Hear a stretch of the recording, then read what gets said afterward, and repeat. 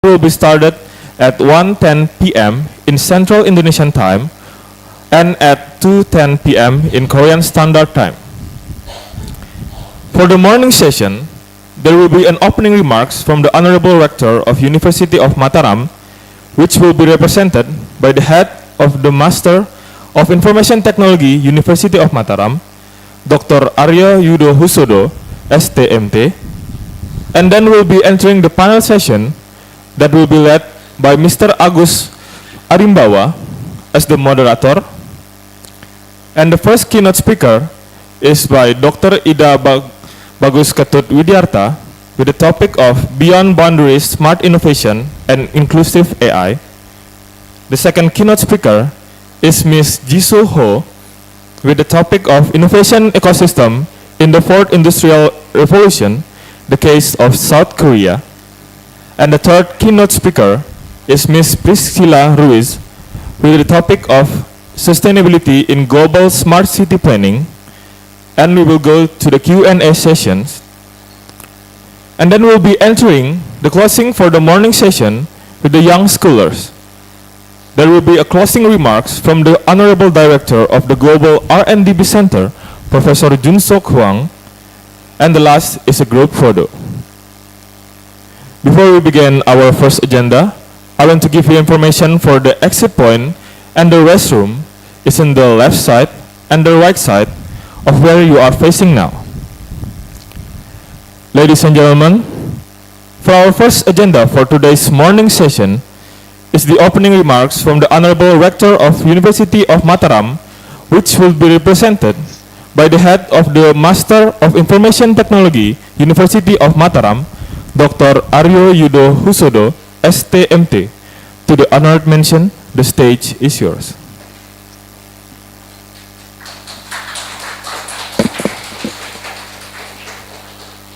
Good morning, everyone. Okay, how are you? Okay, welcome to this fantastic event of WINIT 2024. First of all, I want to say thank you for being here. It's an honor for me to meet all of wonderful minds and insightful minds from around the world. Today, we will face the second day of WINIT 2024. Here, we are gearing to the Young Scholar session for this event. This is the second day of WINIT 2024.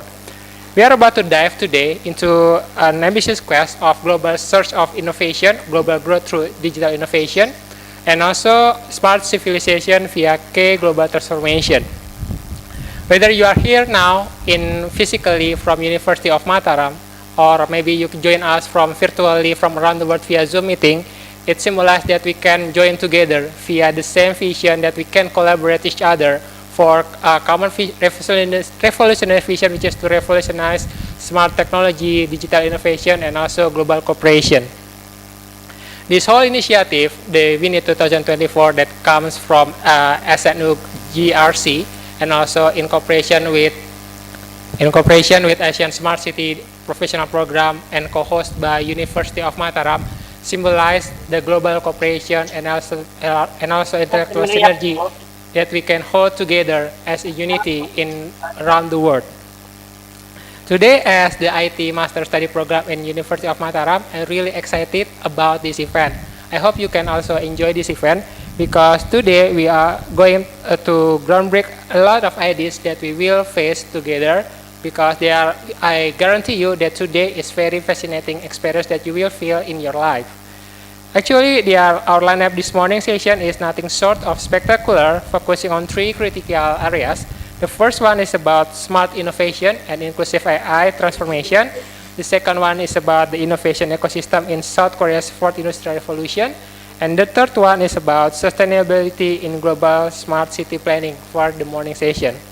I'm hoping this event is more than just a meeting of minds. I hope it can become a catalyst for innovation, a source of inspiration, and also can trigger thought that inspire our better future. Today is not about just learning. It's about connecting, collaborating, and also collectively steering up our future in order that make our future not only better, but also smarter and more sustainable for all our global community. So let's get our creative engines revived and set off for our embarking journey. which is a transformative adventure that we can face together. So as the representative of head of Director University of Mataram, let's start this event. Welcome to WINIT 2024 Day 2. That's what. Thank you very much for your attention. Let's start this journey.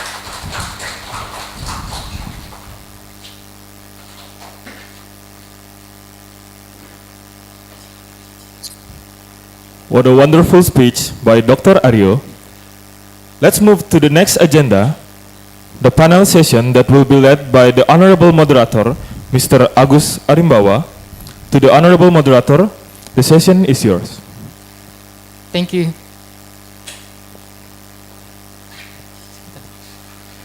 Yeah. Good morning, all. It's very honored to me to moderate all three wonderful young scholars to. Yep. For the first one, for this first young scholars that present their ideas and their research ideas and thinking and thoughts today in the morning. First, we call Dr. Ida Bagus Ketut Widiarta, which the topic is Beyond Boundaries, Smart Innovations and Inclusive AI Transformation. For the stage, it's yours.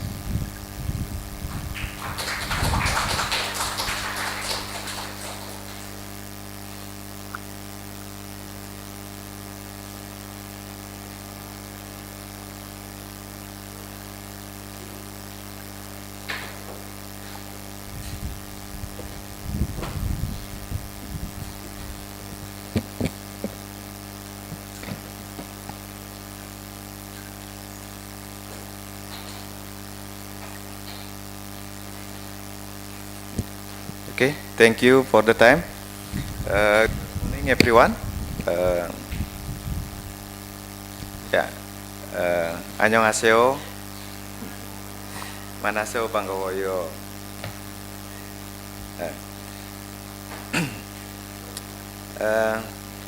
First of all, I'd like to introduce myself. I am Widi from Informatics Department, University of Mataram. But in Korea, my colleagues call me Ida, but it's actually Ida is my family name. Yeah, Ida is my family name. Bagus is gender. So that I am a man, and Ketut is the order of my birth. So Ketut is the fourth or the eighth, but in this case I am the eighth sibling. Okay, today I wanna talk about smart innovation and inclusive AI transformation with title Beyond Boundaries, Smart Innovation and Inclusive AI Transformation.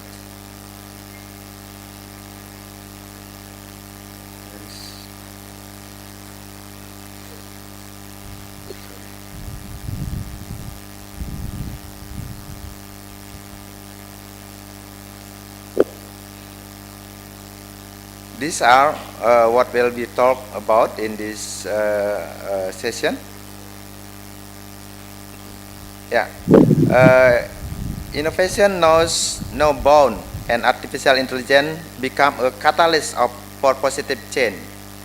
When AI developed with inclusive at its core, become a force for positive social transformation. We have to unlocking the potential in today's world. The convergence of smart innovation and inclusive AI hold the keys shaping a more equitable, efficient, and innovative society.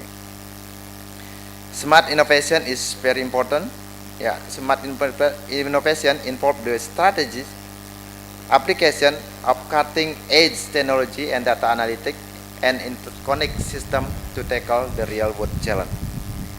It's about taking beyond traditional boundaries. The transformative power of inclusive AI is about ensuring that the benefit of artificial intelligence are accessible to all. Inclusive AI is essential. Yeah, it's very important.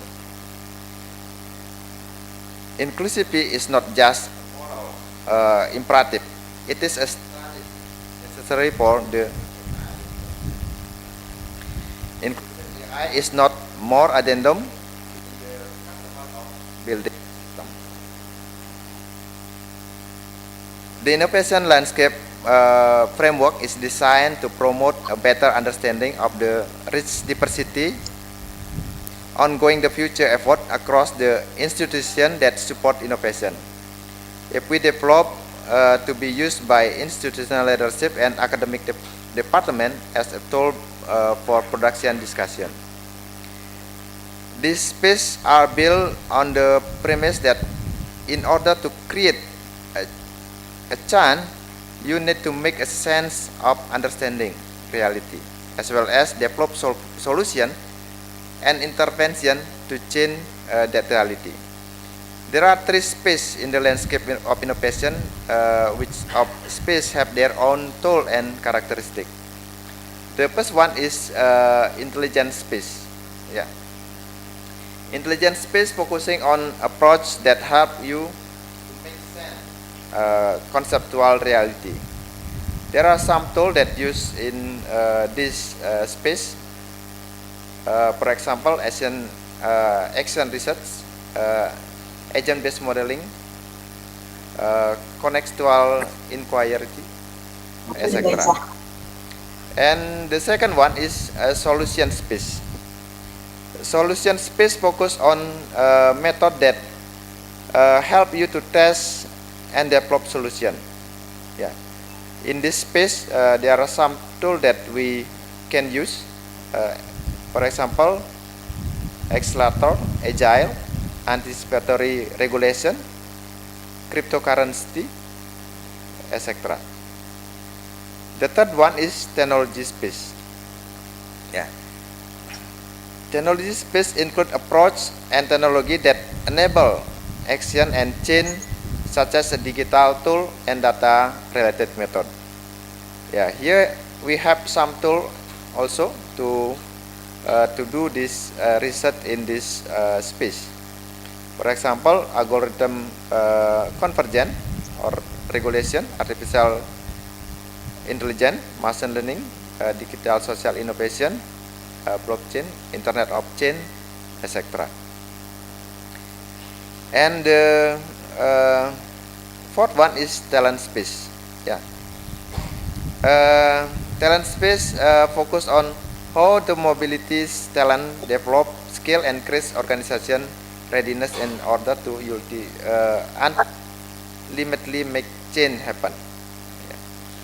This space approach focus on mobilizing talent, developing technical and leadership skill, and increasing organization readiness.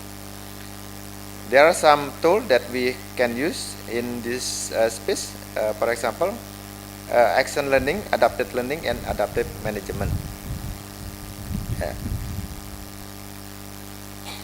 The cross between the intelligent space and solution space, we have intelligent solution space. In this space, we can use some tool that can be used in this space. For example, behavior insight, design thinking, digital transformation, human-centered decision, living lab, social innovation, etc. Yeah, inclusive of AI refer to development and deployment of artificial intelligence technology in a way that ensure fairness, diversity, and equal opportunity for all individuals, regardless for their background. It's about creating AI system that consider and represent a broad range of perspective, culture, and experience to avoid bias and discrimination. Inclusive AI, it's about ensuring that the benefit of artificial intelligence are accessible and beneficial to all individual and community regardless of background or circumstances. Diversity and development team, the strength of inclusive AI begin with diversity in development term by fostering a collaborative environment that include individual from varied background and experience and perspective. Mitigation bias and discrimination, including AI, address bias and discrimination inherent in AI system. Accessible technologies for all, about AI technology accessible to a broad audience, designing user-based application and solution that consider diverse ability, ensuring that everyone can benefit to the power of AI. This is the power of AI, yeah. User-centric design principle, yeah. User-centric design principle include AI user-centric design principle by understanding and prioritizing the need of a different user base, global impact and social good. AI has the power to address a global challenge, contribute to social good by considering the diverse need of different communication. Building trust through inclusiveness. Yeah, by inclusiveness, we can build trust, economic empowerment and opportunities. Yeah, by inclusive AI, create economic opportunity and environment. Ethical and responsible AI practice. Yeah, by inclusive AI, with ethical and responsible AI practice,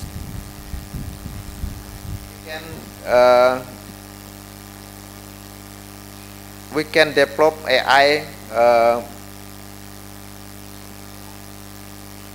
can use by all of user.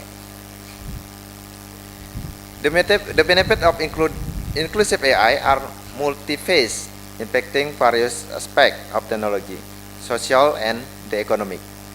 There are some benefits of inclusive AI, namely the perspective driving innovation. Yeah, the diversity become a driving force for innovation, for fostering creativity and enhance the capacity to tackle complex challenges in novel way. Mitigation of bias for fair AI. One of the significant benefit of inclusive AI is the effective mitigation of the bias. User-centric design enhance accessibility by considering the diverse need and ability of user. AI technology become more accessible, user-friendly, and tolerate to accommodation a wide range of preference and requirement. Enhance social acceptance and trust. When AI technology reflect the value of consideration of diverse community, users more likely to embrace this technology, leading a greater trust and adopt. Addressing global challenge effectively. By considering the diverse need of different communities, AI can be harnessed to tackle issues such as healthcare, disparities, educational climate change, and poverty of global scale. addressing global challenge effectively by considering the diverse needs of different communities. AI can be harnessed to tackle issues such as healthcare, diversity, education inequality, climate change, and poverty of global scale. Economic empowerment and opportunities. By democratizing access to AI, knowledge and opportunity, it's enable individual, small business, and underrepresented group to actively participate and benefit from AI-driven economy. Culture sensitivity and communication engagement. Yeah. Understanding and respecting culture nuance ensure that AI technology align with local value, fostering a community acceptance and ensuring ethical responsible AI practice by involving diverse stakeholder in the decision-making process, ethical consideration, and prioritize leading to reducing disparities for social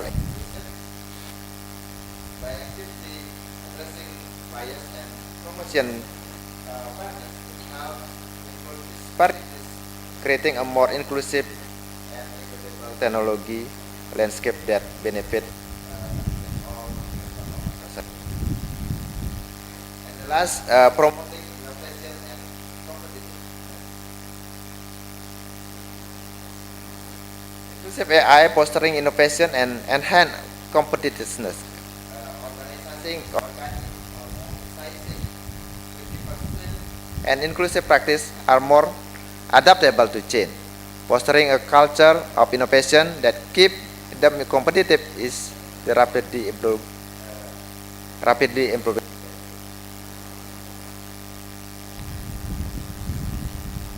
AI development its set of challenge and risks, and addressing this concern is crucial for responsible and ethical deployment of artificial intelligence. Here are some potential challenge risks associated with AI development, along with the importance of ethical consideration and responsible AI practice.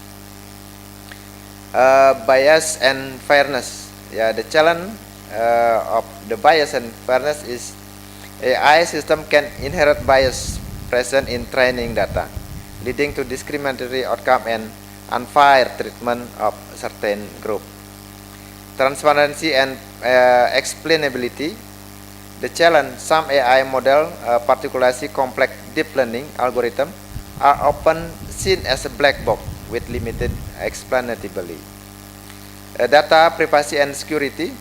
The challenge, AI system rely on vast amount of data, raising concern about the privacy and security of sensitive information. Job displacement and economic impact. Challenge, the automation capability of AI may lead to job displacement in certain industry. Regulatory and legal compliance. The challenge, the rapid of implement AI technology often outpace the development of robust regulatory framework. United consequence, the challenge, AI system may exhibit inspection behavior or unintended consequences that were not associated to board development. There are smart innovation in the practice that are widely used nowadays. For example, in AI, in medical imaging, yeah, we know in this stage, yeah, we already use AI in to help analysis in imaging of medical in analysis of media. 4.0 and IoT integration that use uh, industry, blockchain technology, increase transparency, reduce the fraud, faster transaction, and expanded financial inclusion by providing service to unbanked and underbanked population. Autonomous vehicle trend today, AI very much used in autonomous vehicle and precision agriculture, agriculture utilise technology like drone, sensor, and AI optimization. Farming practice, farmer can monitor and manage crop and more efficiency, adjusting input based on real-time data. There are many case study through inclusive AI. For example, IBM project. IBM made a project with name IBM Project Debater to enhance decision making through inclusive AI. Microsoft also made a system with the name Microsoft Seeing AI that's empowering the visualization environment. In this case, Seeing AI is an AI powered app developed by Microsoft to assist individual with visual impairment. The app uses computer vision and machine learning to provide auditory description of a surrounding environment. Google also made the application with name Google Live Transcribe, breaking communication barrier. So this application use Live Transcribe is an AI-driven app developed by Google, provide real-time speech-to-text transcription. Jadi, so this application will provide real-time speech-to-text transcription. Facebook also make automatic alt text enable accessing in on social media. By generate description tag for image on the platform, making visual content and more enable to individual with visual impairment.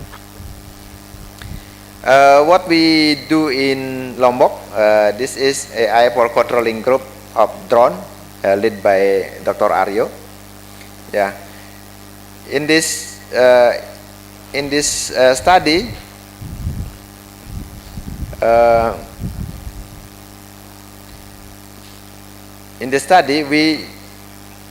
we want to control a group of drone using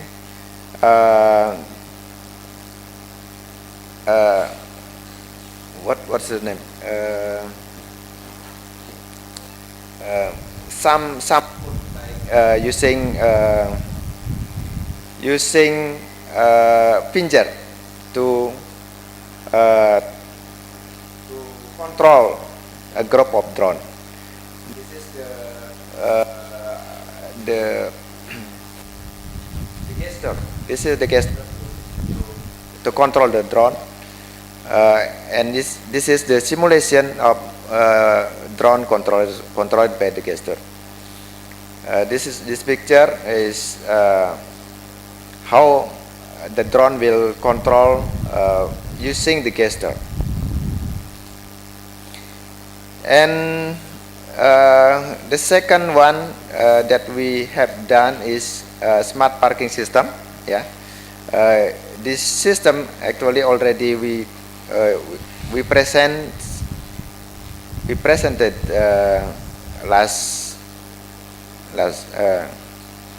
yesterday. we presented yesterday. It's about how we avoid loss of motorbike by using the system based on AI.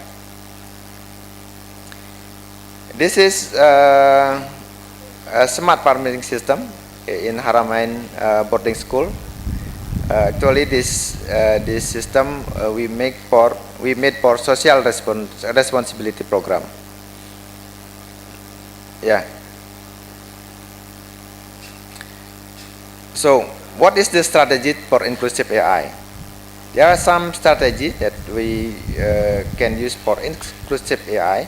The first one is the first team composition. So the team come from many disciplines. Yeah. And then actual guideline and governance. Yeah. Establish ethical guideline, develop and adhere to clear ethical guideline that prioritize fairness, transparency, accountable, and prevention of harm. And user-centric design, the system based on the user need. Inclusive data practice, ensure representative data, collect and use the diverse data set that accurately represent the demographic, culture, linguistic diversity of the target use population. Transparency and explainability, enhance model transparency, prioritize the development of AI model that provide understanding and outputs. Continuous education and training, promote continuous learning, encourage ongoing education and training for AI development on topic related to ethics, inclusivity, and emerging technology. Community engagement, engage with stakeholders, foster engagement with diverse communities and stakeholders to gain insight their unique need of concern. Regular impact assessment, conduct impact assessment regularly, assess the potential impact of AI technology and diverse use group communication. This is the future trend, AI in edge computing. So the AI not centralized again. So AI will be processed in edge computing. Explainable AI, XAI. This AI model more transparent and interpretable, addressing concern about the black box nature of some algorithms. So AI not as a black box again, they're more explainable. Quantum computing and AI, so AI will be used in computing quantum. AI for healthcare innovation, there are so many cases in this in the innovation in the healthcare. Federated learning, that allowing machine learning model to be trained across decentralized device while perceive privacy. And AI-driven cybersecurity, AI used in cybersecurity. So we can conclude that inclusivity as a cornerstone is stand as a cornerstone driving progress, shaping the future.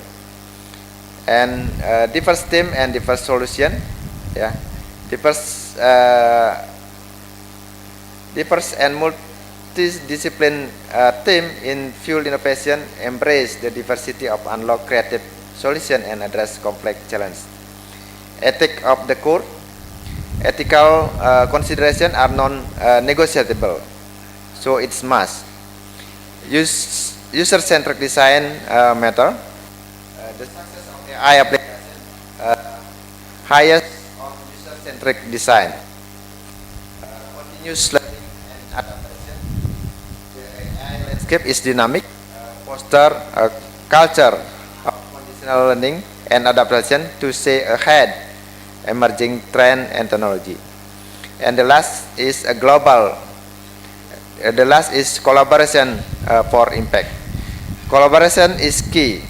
Engage with diverse stakeholder, communities and experts to create AI solution that positively impact society. I think that's all. Thank you very much for listening.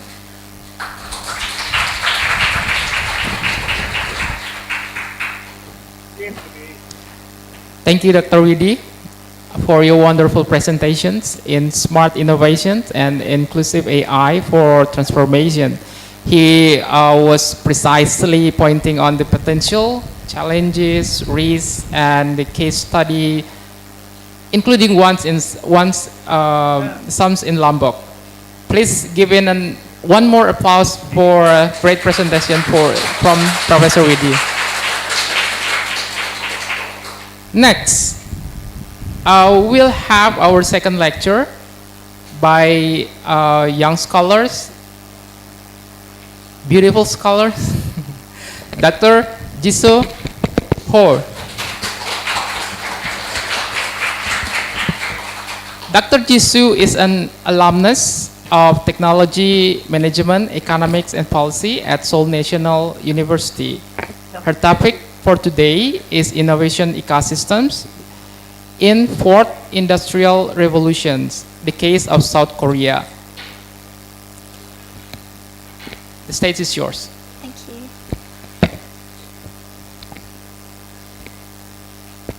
Okay, hello, my name is Jisoo and I serve as the CEO of InnoBorder. And I'm also pursuing my PhD in Smart City Global Convergence Program and the Technology Management, Economics and Policy Program at Seoul National University. Currently, I'm a PhD candidate expecting to graduate in just 3 weeks from now. So today, I'm very honored to be here as a part of WINIT 2024, where I'll be presenting my lecture on lessons to learn from South Korea's startup ecosystem.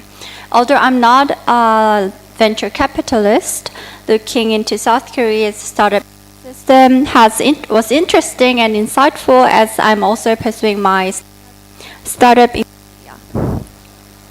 Okay, next slide, please. Okay. I'd like to first talk about some big challenges facing South Korea, especially in its economy and structures. Our focus will be on powerful groups known as chaebols. You might have heard this term before. Chaebols are family-run business conglomerates that have shaped South Korea's economy for decades. They have had a huge impact on both the economy and politics, helping transform South Korea from a simple farming market to one of the world's biggest economy. So the government has supported chaebols, helping brands like Samsung and Hyundai grow since the early 1960s. So, but although there are over 40 conglomerates that fit the definition of a chaebol, only a few have massive economic power. The top 5 together make up about half of the South Korean stock market's value. So chaebols are responsible for most of the country's spending on research and development and employ a large global workforce. So for example, Samsung Electronics, the biggest Samsung company, has over 300,000 employees worldwide, more than Apple and Google combined. So despite the large number of people employed by chaebols, small and medium-sized enterprises, known as SMEs, provide jobs for nearly 90% of the country's workers. So, but these large enterprises, including chaebols, only account for 12% of the employment share. So even though SMEs make up the 23% of the market, chaebols generate more than half of the entire revenue by firms. So as you can see in the graph, this situation creates a big challenge, the wage gap. So workers in SMEs earn about 63% of the average pay at chaebols. So South Korea is also dealing with increasing levels of income inequality, which adds to social and economic differences. So job growth is a problem, especially for young people, leading to high unemployment rates that challenge the nation's economic and social stability. So South Korea's traditional way of growing, mainly through labor and capital-intensive manufacturing by big companies, is reaching its limits. So for future growth, we need to build a new model driven by innovation, led by smaller companies. That is why the growth of small companies is important, to create more good and decent jobs and reduce inequality. Next slide, please. Okay. So in recent years, the venture capital landscape has been on the rise, characterized by a growing number of venture capitalists and a parallel increase in the volume of new venture capital investments. This trend signifies a positive and dynamic environment. So it is important to note that despite the overall positive trend, the year 2022 experienced a slight decrease in venture capital investments. But while this could be attributed to various factors such as economic uncertainties or global events, the underlying resilience of the venture capital sector remains evident. So one of the key indicators of the sector's health is the continuous rise in the number of venture capitalists. So this influx of new inventors demonstrates sustained interest and confidence in the potential of startups and innovative ecosystem. So even in the face of short-term fluctuations. Looking ahead, the venture capital sector is poised for continued growth. The resilience exhibited in the face of challenges and the growing and the ongoing influx of new venture capitalists suggest a positive trajectory for innovation and investment opportunities for South Korea. Next. So in just 2 years, Korea has made impressive progress in the global startup ecosystem rankings. So in 2020, it held the 20th position, but by 2022, it had surged into the top 10, so securing the 10th rank. This remarkable outcome reflects Korea's growing influence and success in the startup world. So the jump in ranking signifies a substantial improvement in various aspects, such as innovation, investment environment, and entrepreneurial activity. So it underscores Korea's commitment to fostering a startup ecosystem where new ideas attract significant attention from investors and industry sectors. So the shift from the 20th to 10th place within this short time period suggests that Korea has been successful in creating an environment conducive to startup growth. So whether through government initiatives, supportive policies, or a community of entrepreneurs, the country has evidently positioned itself as an important player in the global startup ecosystem.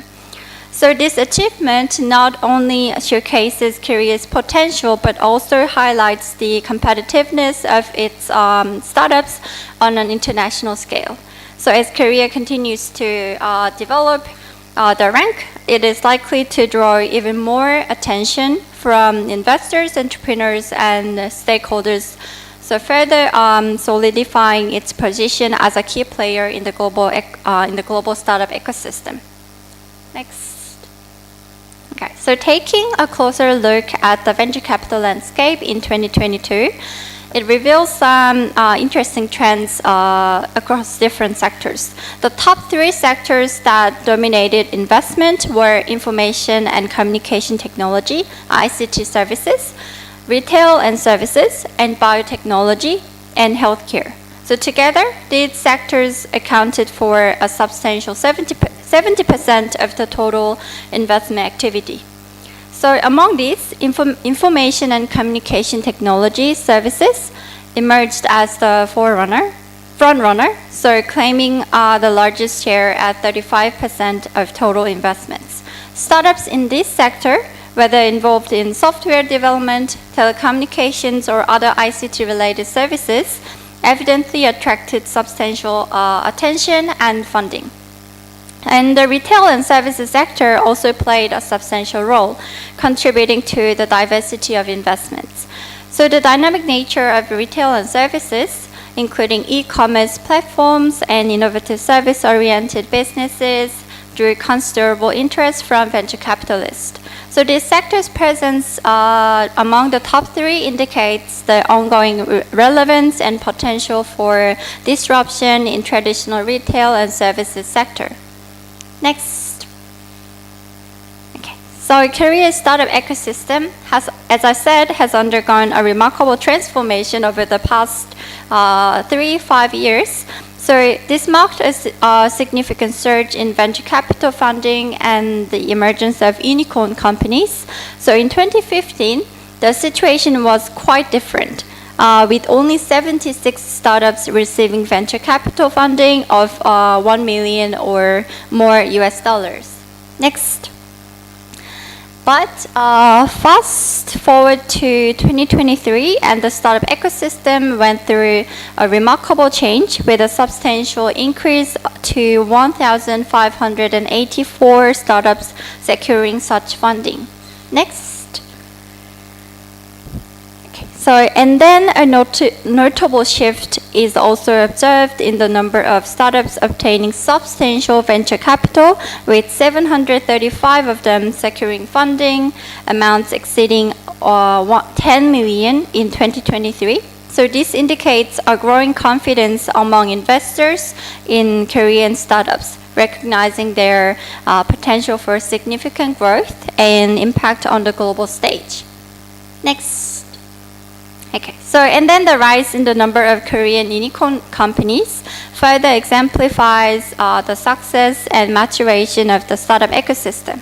In 2015, there were likely few, if any, unicorn companies in Korea. However, by 2023, the number has surged into an impressive 22.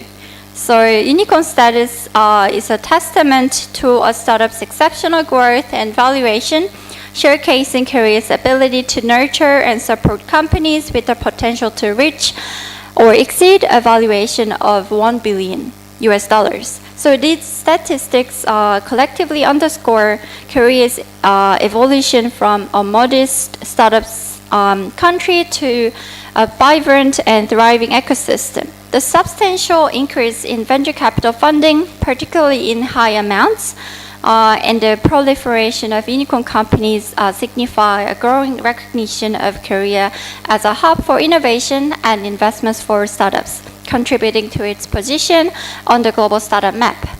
Next. Okay, but why? I should say, but how? I thought the success stories of Korea's startup ecosystem, starting from an economy dominated by large enterprises led by chaebols, to an economy of growing SMEs, would offer lessons and insights for other countries aiming to develop their startup ecosystem. That is the purpose of today's presentation. Next. Okay. So the Korean startup ecosystem has experienced a remarkable boom attributed to several key factors that have propelled its growth. These are the 5 key reasons behind the success. First, strong support from the government. Second, emergence of startup communities. Third, influx of capable entrepreneurial talents into the startup world. Fourth, growing number of aggressive venture investors. Fifth, Korean millennials love to use startup services. So we'll delve into each point one by one. Next. One of the driving forces behind Korea's rising startup ecosystem is the unwavering support from the government. So initiatives such as financial incentives, regulatory reforms, and the establishment of startup-friendly policies have created an environment conducive to entrepreneurs. As part of the initiative, the Small and Medium Business Agency has been upgraded to the Ministry of SMEs and Startups. Next. So, as part of the government support, there is fund of funds. which plays an important role in providing a stable capital source for venture investment. So there are basically two types of fund of funds. One of them, one is from Korea Venture Investment Corporation, which started from 2005 and has invested over $8 billion so far. The primary objective of the Korea Fund of Funds is to provide a stable capital source for venture investment. So unlike traditional investment funds, Korea Fund of Funds adopts a unique approach by not distributing dividends during its fund duration. Instead, it reinvests returns, aligning with market demands on an annual budget allocation. So this strategy ensures a continuous and sustainable flow of capital to support the dynamic needs of the venture investment landscape. So the Korea Fund of Funds investors predominantly consist of public sectors, including the Ministry of SMEs and Startups, Korea SMEs and Startup Agency, Ministry of Culture. Is it okay?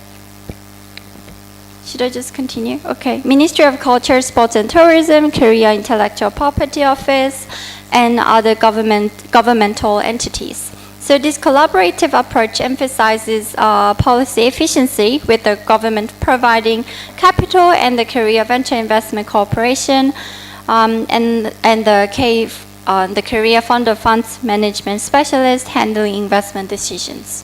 Next. And then there is another major fund of funds called K-Growth, initiated in 2015 with an investment of about $7 billion. The major difference from the previous fund of funds by Korea Venture Investment Corporation is that investors are primarily private sectors in banking, manufacturing industries, finance-related institutions, and specialized credit finance business companies. So K-Growth achieves economies of scale by establishing and managing large-scale fund of funds. So through this approach, capital is efficiently aggregated from various private sector entities within the industry and financial sector. And this consolidation creates a robust financial foundation for supporting the growth of companies in the startup ecosystem. The aggregated capital is strategically distributed to sub-funds, ensuring effective and targeted support for the growth of diverse companies. This method allows for a broad impact across various sectors within the startup ecosystem, fostering innovation and contributing to the overall success of the ecosystem. So K-Growth's fund of funds focus on creating a diverse portfolio, providing inventors with exposure to a wide array of startup ventures. This diversity not only spreads the risk, but also opens avenues for higher returns on investment. Inventors can expect a balanced mix of risk and reward, making the investment more attractive. Next, please. So as of October 2021, Korea implemented a reformed private equity fund, so making a significant shift in the investment landscape. The key change lies in the classification of PF, private equity fund, moving from professional investment type and management participation type to general PFs and institution-only PFs. So this new system allows for a broader spectrum of investment strategies beyond management participation, providing increased flexibility to investors. And in order to foster venture investment and support the growth of venture companies, the Venture Investment Promotion Act, enacted in 2020, has been a cornerstone in Korea's policy framework. So this act streamlined various venture investment systems outlined in different laws, creating a cohesive venture investment ecosystem. And the primary focus has been on relaxing regulations to encourage private venture capital investment and individual angel investment. And a significant milestone occurred in April 2023 with an amendment to the Venture Investment Act. paving the way for private indirect venture capital funds. So this legal framework allows for stability through indirect and decentralized investments in venture capital funds. So by permitting the private sector to act as a parent fund, the amendment aims to boost the inflow of private funds into the venture investment market, fostering a more dynamic investment environment. And from November 2023, unlisted venture companies facing declines in founders' voting rights due to extensive stock issuance can issue multiple voting shares with shareholder consent. So this innovative system comes into play when a founder attracts investment, resulting in their shares reducing to 30% or less, or when they lose the status as the largest shareholder. And this move empowers venture companies to adapt to changing circumstances and attract necessary investments without compromising their leadership positions. Next.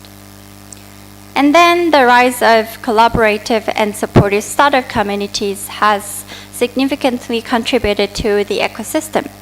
These communities provide a platform for knowledge sharing and networking, fostering an environment where startups can succeed. So Gangnam is famous for having a lot of startup buildings, and this naturally formed a startup community. So the shared resources within these communities has created a conducive atmosphere for entrepreneurs and for them to collaborate and exchange ideas and achieve collective growth. Next. So the community developed naturally starting from March 2013 when DCamp, one of the startup incubating centers, was first established, and this was followed by Startup Alliance and other national and private sector incubating centers. Next. And the good thing about these incubating centers and forming a startup community is that they provide a supportive ecosystem for incubating entrepreneurs. In these centers, people find not just physical spaces, but also a collaborative environment that nurtures their growth. One notable advantage is the mentorship and guidance offered within these communities. Experienced entrepreneurs and industry experts often play the role of mentors, sharing their insights and helping newcomers navigate the challenges of starting a business. And another significant benefit is the access to resources. Startup incubating centers often provide essential resources such as office spaces, technology infrastructure, and networking opportunities. Entrepreneurs get the chance to connect with like-minded individuals, potential investors, and industry influencers. Next. So the influx of capable entrepreneurial talents into the startup world is gaining momentum, marked by significant trends in education and professional fields in South Korea. So, and a notable factor contributing to the influx is the surge in higher education enrollment. The university enrollment rate in South Korea has reached an impressive 73%. So this surge indicates a growing pool of educated individuals equipped with diverse skills and knowledge. And then university, recognizing the importance of fostering entrepreneurship, are incorporating programs and initiatives that encourage students to start a business. In summary, the increasing enrollment in higher education and the rising number of professionals, including PhDs, contribute to the influx of capable entrepreneurial talents into the Korean startup ecosystem. So this trend not only reflects a growing interest in entrepreneurship, but also signals a promising future for startups as they can tap into a pool of individuals with diverse skills and knowledge. Next. As I previously mentioned, the availability of aggressive venture investors has been a game changer for Korean startups. A robust ecosystem of venture capital funds, angel investors, and corporate investors actively seeking investment opportunities has provided startups with the financial backing needed to scale and innovate. The willingness of investors to take risk has led to the growth of promising ventures and contributed to the overall success of the ecosystem. Next. Prominent entrepreneurs transitioning into the roles of angel investors and venture capitalists is one of the contributing factors for the growth of the Korean startup ecosystem. These prominent figures often leverage their industry expertise to make strategic investments. Their deep understanding of market trends, consumer behavior, and emerging technologies positions them to identify promising startups with high growth potential. And by becoming investors, they play a crucial role in allocating capital to ventures that align with their strategic vision, contributing to the overall development of the startup ecosystem. Next. And finally, Korean millennials love to use startup services, and this is also crucial for the success of startups. The demographics' openness to adopting and promoting startup services has created a significant market for innovative products and solutions, such as using Wuwa Brothers to order delivery food and KakaoBank to transfer money. Next, we also have Coupang, the largest online marketplace, and Market Curly, an online grocery store.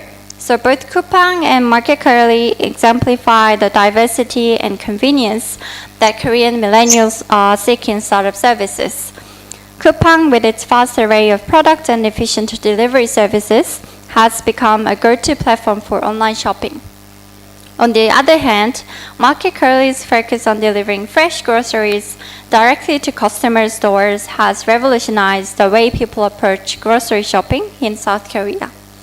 So the widespread adoption of these platforms by Korean millennials not only showcases their preference for innovative solutions, but also highlights the adaptability of this demographic to the evolving startup landscape. So this openness to trying new services and incorporating them into daily routines not only contributes to the success of individual startups, but also fuels a culture of continuous innovation and improvement within the broader startup ecosystem. Next. And the increased government support for startups in recent years has undeniably stimulated the creation of new ventures in various sectors. However, despite these positive developments, certain challenges persist, preventing the emergence of big winners and the establishment of a virtual cycle of venture growth. So I'm sure that there are some lessons you can learn from the challenges that we are experiencing. So first, too much government funding. While financial support is crucial for startup initiation and growth, an imbalance in the distribution of funds can potentially lead to dependency rather than fostering a culture of self-sufficiency and resilience. Especially there were strong government support on early stage funding, leading to increased inflow of young but inexperienced entrepreneurs. Second, lack of diversity. The startup ecosystem faces a challenge in achieving diversity, both in terms of founders and in types of venture being supported. So for instance, most of the startups that received funding are restricted to ICT sector, and within the ICT sector, most of them are limited to the mobile and internet service startups. So a more diverse pool of entrepreneurs brings different perspectives, ideas, and solutions to the market. Encouraging diversity within the startup community is very important for fostering creativity and ensuring that a broad range of societal needs is addressed. Third, fear of failure. Despite increased support, a prevalent fear of failure persists within the startup ecosystem. The stigma attached to failure can discourage entrepreneurs from taking risks, experimenting with innovative ideas, and learning from setbacks. Addressing this fear of failure is important for creating an environment where entrepreneurs feel empowered to take risk and view failures as opportunities for learning and improvement. And fourth, lack of exits.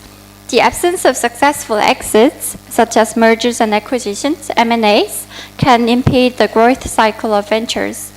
Startups often need successful exits to attract further investment, allowing them to scale and fueling a positive feedback loop within the ecosystem.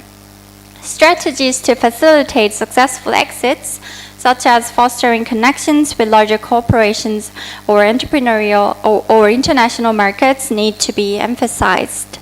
And finally, lack of business-to-business technology startups. A notable gap exists in the startup landscape concerning the representation of business-to-business and technology-driven startups.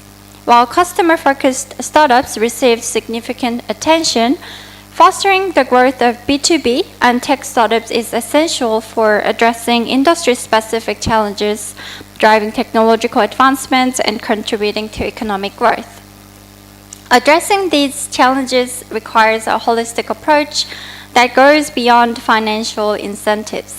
It involves creating an ecosystem that encourages risk-taking, values diversity, supports successful exits, and strategically nurtures a variety of startups, including those focused on B2B solutions and cutting-edge technologies. And by addressing these challenges, the startup ecosystem can evolve into a dynamic and sustainable force, generating long-term success stories and fostering innovation at a broader scale. Next. So the challenge of a lack of diversity and a shortage of technology startups in South Korea is deeply rooted in the educational background of the founders. Recent research revealed that a significant majority of Korean entrepreneurs, accounting for 61%, only possess a bachelor's degree. And furthermore, a mere 3% of Korean entrepreneurs hold a PhD. And in comparison, in the United States, 44% of entrepreneurs hold a bachelor's degree and a notable 10% possessing PhDs, over 3 times higher than the equivalent figure in Korea. So while success stories like Facebook, Apple, and Microsoft demonstrate that launching a successful company without a graduate degree is possible, the research suggests that having a founder with an advanced degree could provide a substantial advantage, especially in biotechnology fields.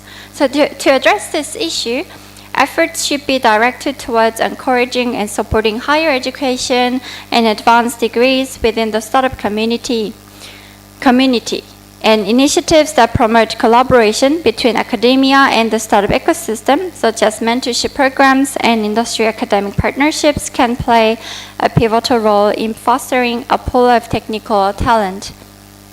Additionally, creating an environment that values and recognizes the importance of advanced degrees in entrepreneurship can contribute to the growth of technology-focused startups in South Korea.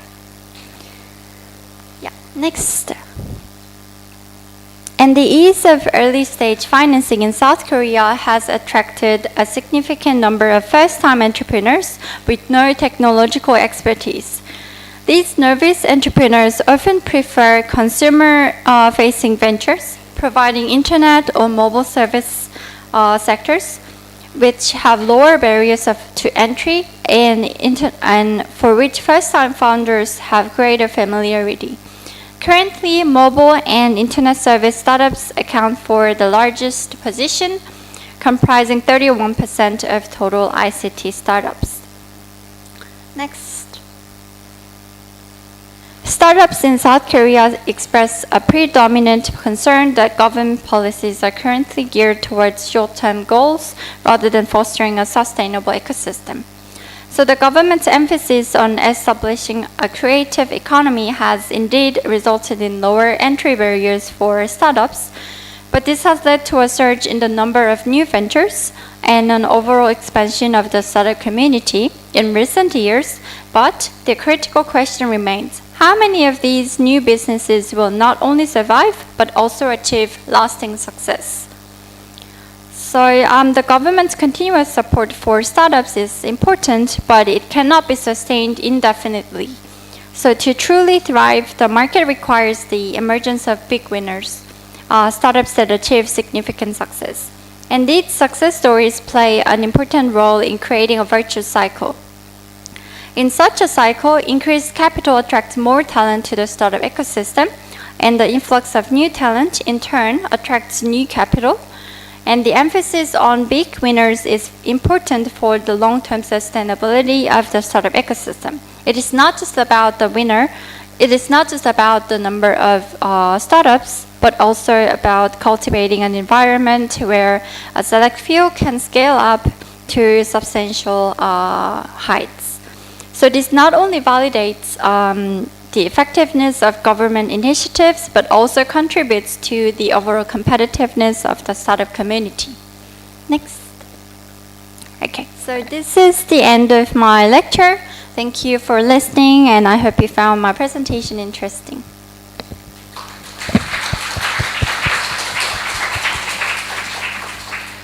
Yep.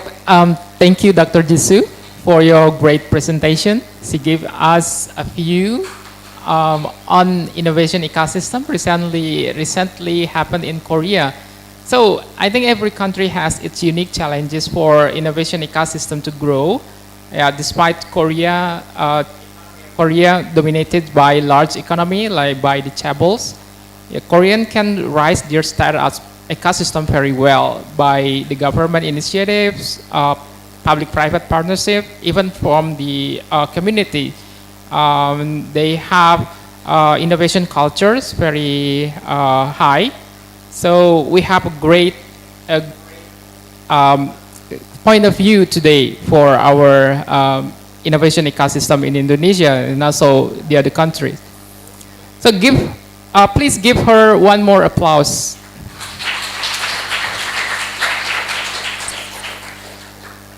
Okay, the next speaker will be online.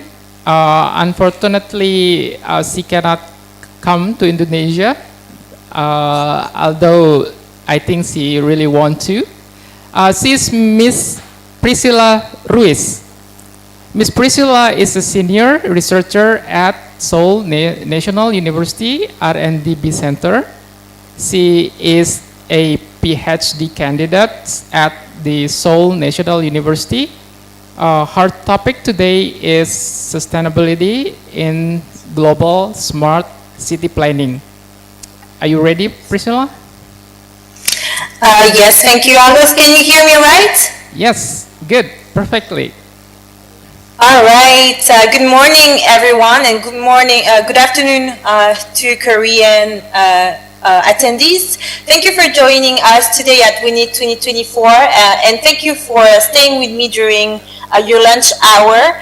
I hope you're hungry for knowledge, because today it's a great opportunity for me to share on sustainability in global smart city planning. Before we start, let me inform you that during the next half an hour, we will go over smart city best practices and cases on a global scale in the context of sustainability. I won't go into academic research and theoretical work, but rather provide you with a good understanding of these concepts with real case studies. So I would like to also ask you to think about the city of Mataram during the lecture, and if these cases that will be presented could be replicated or not.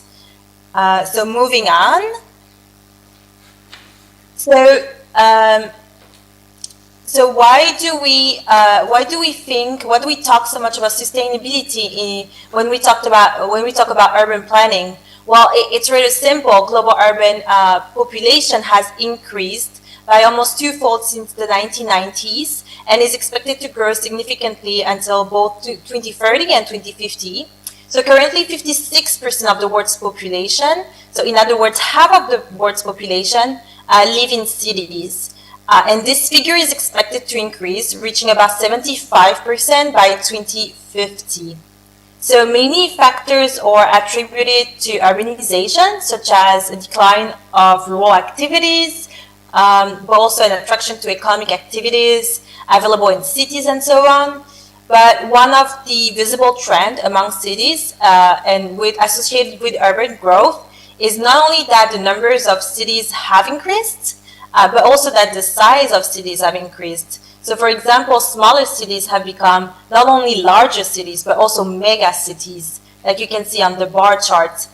And that said, 80% of global GDP originates from cities, meaning that urbanization can contribute to sustainable growth when it's done right, with increased productivity and innovation. So however, urbanization speed and scale poses challenges, such as meeting the needs for affordable housing and services. And as of now, about 1 billion urban citizens live under the poverty line when residing in informal city settlements, which could cause further conflict in the next decades with urban growth. So what is sustainability in the context of smart city and urban planning? Well, there is not one definition, just as the concept of smart city, but we can think about sustainability in terms of three dimensions: an environmental dimension, an economic, and a social dimension. So sustainability can be then understood as a goal, as an achievement, but also as a mean of smart cities. Some studies have come up with smart city sustainability ranking criteria, which may differ from your understanding or your opinion of what sustainability is, but I've selected this criteria and this ranking system of sustainability of smart cities as a starting point for the purpose of this presentation. So those criteria are the ones listed on the right and pertain to the three dimensions discussed. I won't go over them, but I will illustrate them with the case studies that are coming from the next slide. So following these criteria, smart cities have been ranked yearly in terms of their sustainability levels. And although this ranking is a little bit old, it's 2-year-old, it's good enough to showcase the current or past ongoing trends and illustrate what sustainability is in this context. So Copenhagen, located in Denmark, ranked first. So why so? The city utilizes technology to make the city greener and improve citizens' quality of life. Wireless data from mobile devices, GPS in buses, sensors in sewers and trash cans have allowed to control for traffic, air pollution, and also CO2 emissions. So as a result, for example, a third of all transportation using fossil fuels have been removed and contributing to a decrease of 90,000 tons of greenhouse gas emissions yearly. So the city now aspires to become the world's first carbon neutral city by 2025. And in Copenhagen Smart City case, sustainability emphasized the environmental dimension to leverage the city potential in the other two economic and social dimensions. And as you can see, for example, on the picture on the left at the bottom, you can see a waste to energy, waste treatment center that really kind of emphasizes that kind of circular economy plus sustainability in the environmental dimension. So second, Oslo ranked second. And a fun fact about the city is that 47% of it is covered by the land cover is green. So in other words, Oslo residents, by either turning left or right, have 50% chances of accessing nature. And this does not refer to only maintaining green infrastructure and restoring green lands, but also refers to growing, for example, rooftop gardens, as you can see on the bottom picture. And similar to Copenhagen, Oslo City has prioritized the environmental aspect of sustainability in urban management. So in 2020, more than 70% of the purchased car fleet was electric. and with a goal to remove all non-electric cars by 2025, so next year. And incentives such as allowing electric vehicles on the bus lanes or access to free parking, reduce tolls have influenced and increased the adoption of electric vehicles in Oslo.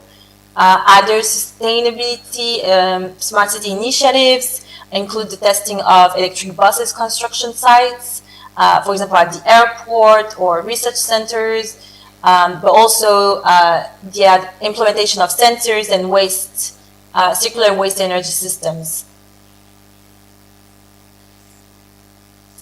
So let's now look at our smart city East Asian cities. So you may not see Seoul, but because our fellow speakers and participants have talked a lot about South Korea, so I won't go too much into the Korean case, especially Seoul. So I will look into other cities of East Asia. So here we have Hong Kong that ranked 16th for embracing innovation and technology to build a smart city powered by the economy and high living standards. So smart environment dashboards are available, for example, around the city to measure temperature, pollution, humidity, so air quality, making data publicly available. These dashboards can also be actually found in the city of Seoul, the capital of Korea. So you may, which you may have seen if you have been to Korea, and I know that we have a couple of students, for example, in Korea as well, logged in right now in meeting. So these initiatives in Hong Kong started in 2015 in response to building consuming 90% of the city's electricity. So the country economy relies on the service, financial and IT sectors predominantly. So it's only expected that the buildings will consume the most electricity. And as a result, the government building electricity consumption decreased by 8%, reduced the overall also carbon footprint by 35%, and recovered 1.64 million tons of solid waste. So since the initiative in 2015. Next to Hong Kong is Taiwan, so Taipei, which ranked 17th as a world smart city for its focus on greener buildings, better transportation, cleaner energy, and effective resource allocation and better living standards. So the city has gradually incorporated big data analysis, service integration, and real-time sensors into its operations. As a result, Taipei reduced its carbon emissions by 25,000 tons, saving $9.5 billion in government savings.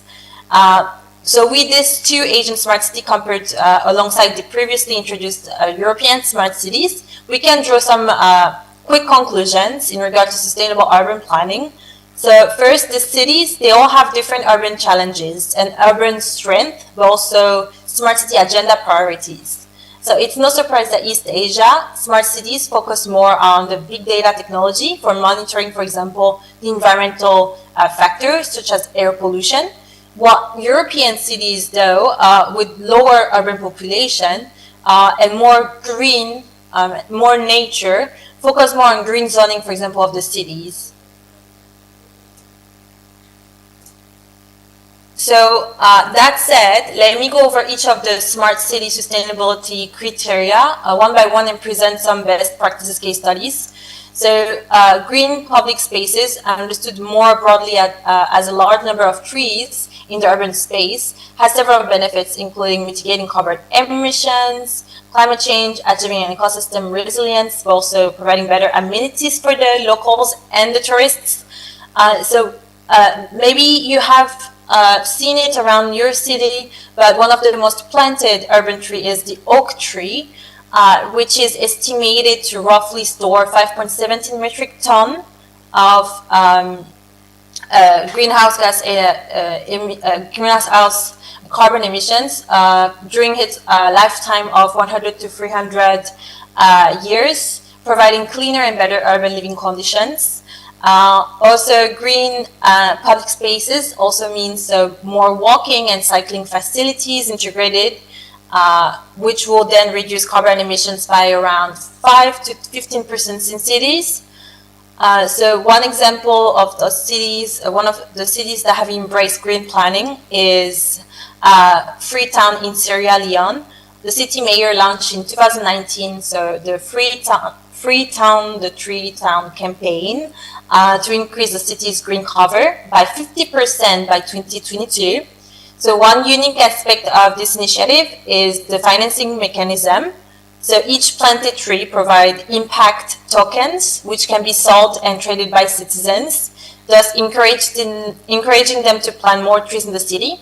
So as a result, by 2020, 245,000 seedlings were planted, and over 550 jobs were created. So in order for the project to be implemented, a mobile application must be downloaded and had been developed for this purpose. So you can see on the screen captures that the tree planters download the app, create an account, locate their planted seeds on the GPS and the map, and upload a picture as a proof of planting. So online impact tokens currency are then exchanged via the app.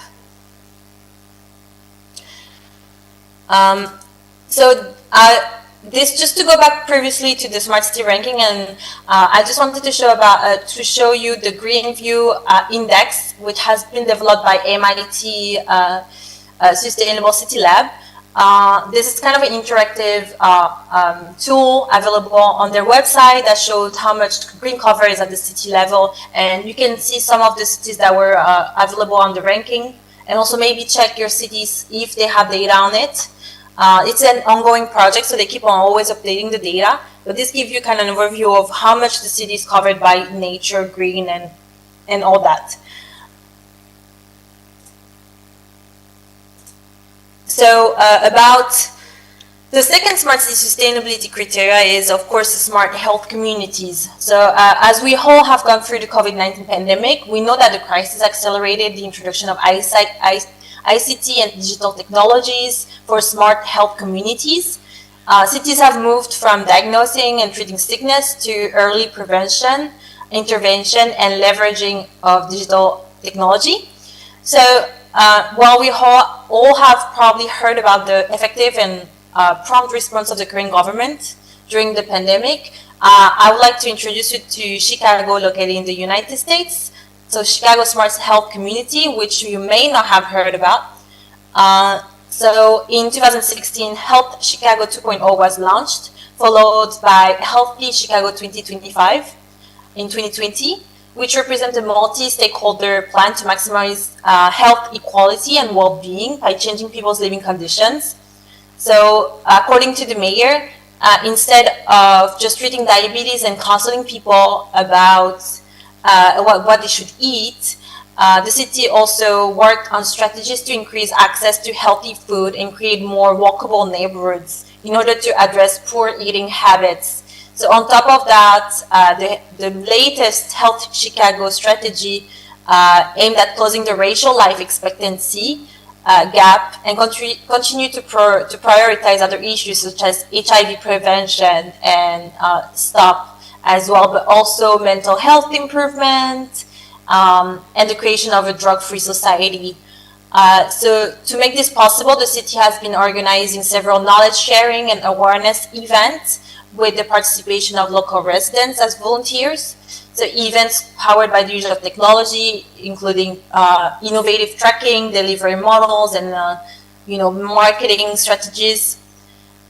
So this shows that acknowledging such issues, the city has put forward those initiatives while empowering smart technology and to just long-lasting smart city, smart health solutions powered by the community. So the third smart city sustainable criteria is the 15-minute city, which is understood as a concept where cities are being planned so that amenities and most services are accessible within 15 minutes walking or cycling distance. This concept was formally developed to decrease carbon emissions associated with the use of motorized vehicles, such as a decentralized urban planning model. It represents an expanded idea of neighborhood units developed by the American urban planner Clarence Perry in the 1920s, and which serves as an example to the theory of new urbanism and walkable cities, which was very popular in the United States in the 1990s. It's also similar to the 30 and 20-minute neighborhoods. So one city that has recently implemented this concept at their urban planning level is Paris in France. So the mayor introduced it to reduce carbon emissions and give priority back to pedestrians and cyclists with the priority areas including workplaces, stores, schools, clinics, and also cultural areas. So 350 million euros went to fund the city's pedestrianization, which focused on creating a cycle lane in every street by 2024 and removing 60,000 parking spaces of private cars. So public gardens replaced parking lots, and so far 70 public housing apartments have been renovated for 12 million euros. Also, La Bastille, which was famous during the French Revolution, has also received a 30 million euro plan to increase green cover in pedestrian areas and cycle lanes. So let me take you to the green lane, you can see on the pictures that there's some sketches done by the urban planner, but also how the whole cyclable lane just cuts through the city by going very far. And on the Google map, you can also see that what will take about 40 to 1 hour to commute by car, by public transportation, can only take 15 to 20 minutes by bicycle or on foot, just because of that one lane that across Paris. So closely related to the 15-minute city is mobility, of course. Mobility, very briefly, refers to less need to travel. The electrification of vehicles, transport connectivity and automation, transportation sharing, and intelligent mobility. So one city that has made impressive progress in encouraging smart mobility is Los Angeles in the United States. The city launched multiple compressed natural gas buses and deployed the first of 40 zero-emission electric buses on its Orange Rapid line in 2020. So the whole LA metro as a bus fleet is expected actually to be electric by 2030. And this progress was made possible with the collaboration of the city government with multinational car manufacturers such as BMW and Tesla, but also green consulting and research labs all together. So moving on to the next criteria. So cities should be planned and designed to generate social and economic outcomes for everyone, avoiding the cost that occurs when people are excluded. So although the poor are usually the most affected, cities also remove the barriers caused by differences in gender, race, nationality, disability, religion, etc. So inclusive design could mean building gender-inclusive urban centers to provide safe and secure spaces for women, but also installing wheelchair accessible features for those with mobility difficulties. So about 167 cities were actually surveyed in a recent report, and it showed that early smart city adopters, smart cities, so prioritized inclusion in governments, social protection, equality, equity, and job creation. So doing smart city right and sustainably means that the cities must address the digital divide that may be exacerbated by digital transformation. So here we can see that 64% of the surveyed cities answered that they were using data analytics to understand the the digital divide. I won't go further into details into this because this is a lot, but you feel free to ask me about the PPT slides later on.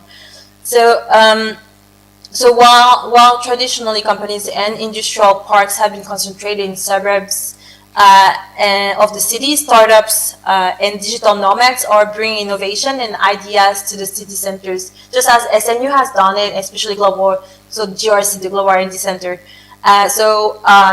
As population numbers increase in urban areas, cities compete for investment, skilled workers, and cultural prominence, and this is turning into urban regions, into innovation hubs. So cities will adopt a multi-dimensional approach to innovation, the so-called quintuple innovation helix framework of the interaction between the university, the industry, the government, the public, and also the environment, and the city governments, which will act as a platform enabling the right connections, policy, and places, infrastructure to make the ecosystem flourish. So by putting talent attraction at the center of its strategy, the city can develop the goal of being the most attractive to professionals with high skills. So ESPU is among the European frontrunners in innovation and sustainable smart city development, and it's home to the leading innovation and technology hub in the Nordic countries, strong research institutes, small and medium enterprises, and global company headquarters alike. So ESPU is an innovation ecosystem in Finland. It hosts an active startup hub and some of the most valuable Finnish companies, and also Aalto University. So two important players in the innovation scene. So ESPU is also home to the highest density of international talent and the highest education level among Finnish cities, where 52% of residents over 24 university degree holders, but also 21% of the city residents or foreigners, and that translates into high employment rates amounting to 76%.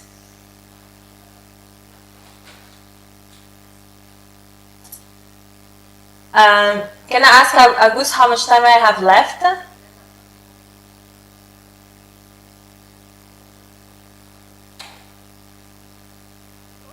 I hope you can go until 12.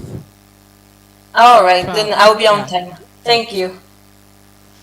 So another criteria is the one of circular economy and local production.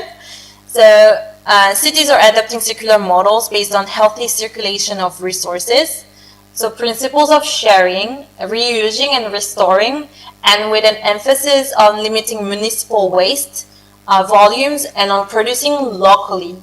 So for example, urban farming. It's also increasing the local production approach to food and energy. And one of the example that I wanted here to really give, and that has not been I felt enough about, is actually Seoul, South Korea. So the city has used its cutting-edge technology to take a more people-centered aspect of the city, smart city initiatives. So the city government launched the Sharing City Seoul program 10 years ago, a sharing initiative to reduce waste, underutilized capacity, and municipal costs, and create business opportunities. So one of the projects under this main initiative is the shared kitchen, where restaurants, catering services, residents, and employees share one large kitchen all together, leading to less losses in terms of special use, less energy use, less associated costs with the production and use with the kitchen appliances. So basically a better overall use of the existing appliances and resources. So this kind of sharing concept has been gaining a lot of popularity. So it's not about, when we talk about sharing and circular economy at the smart city level, it's not just about carpooling. It's not just about shared office spaces or residential areas. It can be also as simple as a shared kitchen. So yeah, that's one aspect of the smart city sustainability. Next is, of course, the smart city, so sustainable building infrastructures. With such buildings, it has been estimated to reduce, possibly cut, so carbon emissions from cities by about 90% by 2050, spread across the residential and commercial sectors. And to achieve one of the COP21 so target by 2050, city governments have been committed to cut emissions from buildings by 80 to 90% lower. So let me ask why? What is a green building? Well, according to the World Green Building Council, a green building is one that the design, construction, or operation reduces or eliminates negative impacts and creates positive impacts on our climate, natural environment, preserve so natural resources, and improve our quality of life. So green building is one that uses sustainable and ethical construction materials, renewable energy, that is resource efficient, and that even has rooftop gardens and so on. So Singapore is one of the good examples to look when talking about green buildings. So in 2005, the country launched the Green Market Certification Scheme with the aim to make 80% of the city building green by 2030. So as of January 2018, more than 3,000 building projects had met the Green Mark standards. About 1/3 of the total gross floor area of Singapore's building stock. So among this scheme, there is a 10-year plan, also called the Green Towns Program, which calls for towns to be more sustainable green, to have green areas by 2030. So one of the pictures on your right, you can see the buildings located in Punggol, one of the towns beneficiary from this program. So you can see apartment complexes that depicts green areas around the building complex, but also on the rooftops with solar panels as well. Last but not least, naturally, when we talk about smart city, we need to mention about AI's role, like Dr. Ida has mentioned earlier. So this goes the same for sustainable smart cities. AI will contribute to the optimization of operation efficiencies of the city. Currently, 66% of, for example, the 167 cities that were surveyed, that I talked in the previous report, are investing in AI, and 80% will invest in the next 3 years. So chat assistants powered by AI will become city brains, where all operations are planned and implemented, enabling a fast, assertive root cause analysis, predictive analysis, and incident or natural disaster management. So the digital twin, which refers to the dynamic digital replica of cities' physical assets and ecosystem, is used in city urban planning and event trend productions. And so one example is in Japan, the city of Kanagawa, which launched the AI-enabled predictive police system to prepare for the Tokyo Olympics. So it is capable of determining and predicting a criminal's next move using deep learning algorithm for teaching the computer system in real time, as it collects actually data from the police force statistics and also special temporal data. Other cities such as Seoul also has implemented a similar system, of course. So for your own interest, I have also included a slide on sources and areas of funding for sustainable smart cities. I won't go over it, but feel free to contact Agus or myself to ask for a copy of the PPT slides if you want to hear more about this. So this ends my presentation for today. Thank you for listening. I would like to invite you to ask questions during the Q&A session, but also invite you to tell me more about Mataram. What do you think are the urban strengths, the challenges, and the priorities of Mataram in terms of smart city sustainability? Do you think that any of the cases that were presented here in this presentation could be applied to your city? I want to hear your opinion, and please feel free to ask us questions as well as my previous colleagues. Thank you very much.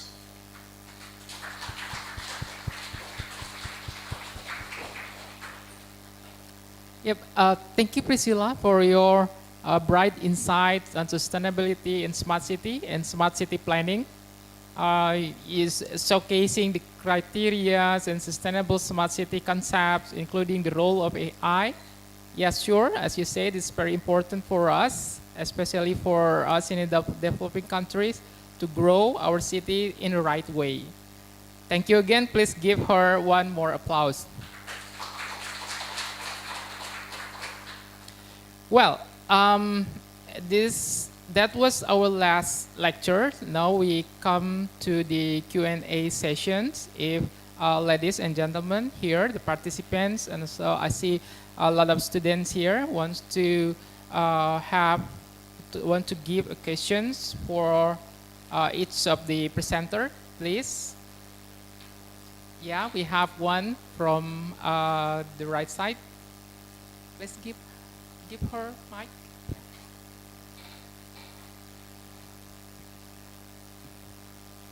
Okay, thank you so much for these opportunities.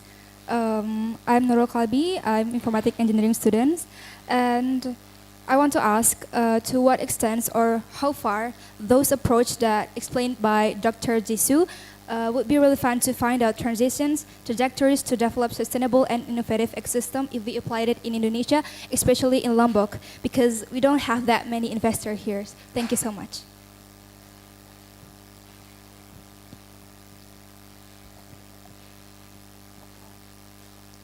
I think at first we need a very strong government support and initiative. That's the number one thing that I think in order to start a business in Lombok, and without the investors, I think there needs to be a very strong government pull.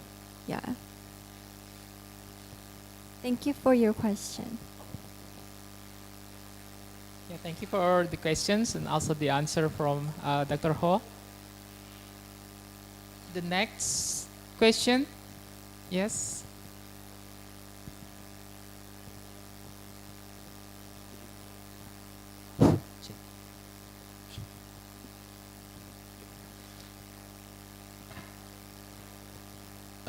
Thank you for the opportunities. My name is Gerald. I want to ask Ms. Jisoo for the presentation. I want to ask, based on your presentation, startups in Korea get help from the government. And my question is, how do startups in Korea get support from the governments? Does the government have a program to help startups, or startups companies reach out to the government independently? Thank you.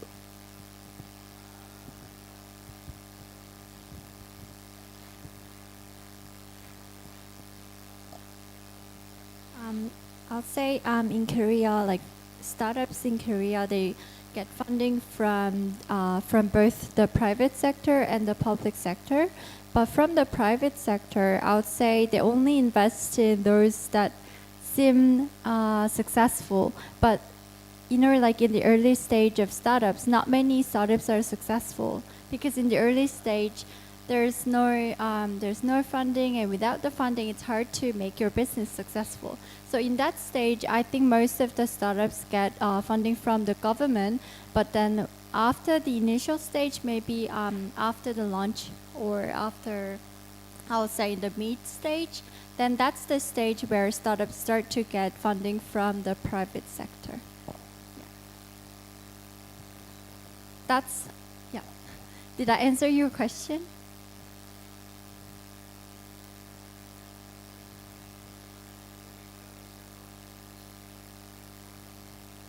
Yeah, I think he wants to, you told him the program, the example of the program that Korea has. Oh, sorry. We have, as I already explained, we have fund of funds. So that's basically you provide funds to the startups, and then after your investment, you get certain amount of returns, and you reinvest those money to other startups. So that makes a virtuous cycle of investment. So that's how the government keeps investing in new startups. Yeah, I think clear.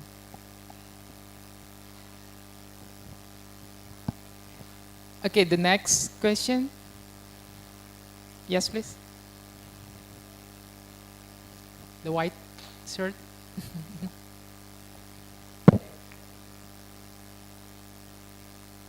Okay. I would like to ask a question to Ms. Jisoo. Perhaps my question is connected to his question. So based on your presentation, startups in Korea are rising because of government support and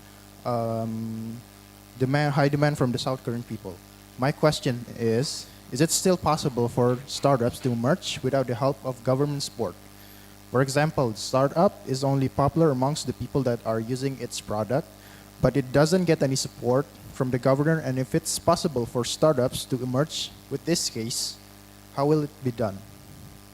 Thank you.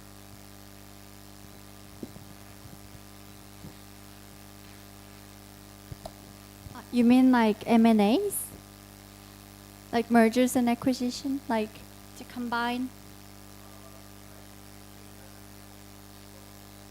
If it doesn't get any support from the government. But most of the times, I would say, because there are a lot of funding from the government, especially in the initial stage, and without any funding from the government, then I would say it's very less likely to get funding from the private sector as well. In that case, I would say most of the times, I'll probably think the startup is not so competitive. Yeah. So, yeah. Yeah, I think with the help of the government is very good, but even without the help of the government, we still can grow. But actually, it's a small chance to grow in the stage that you want to have.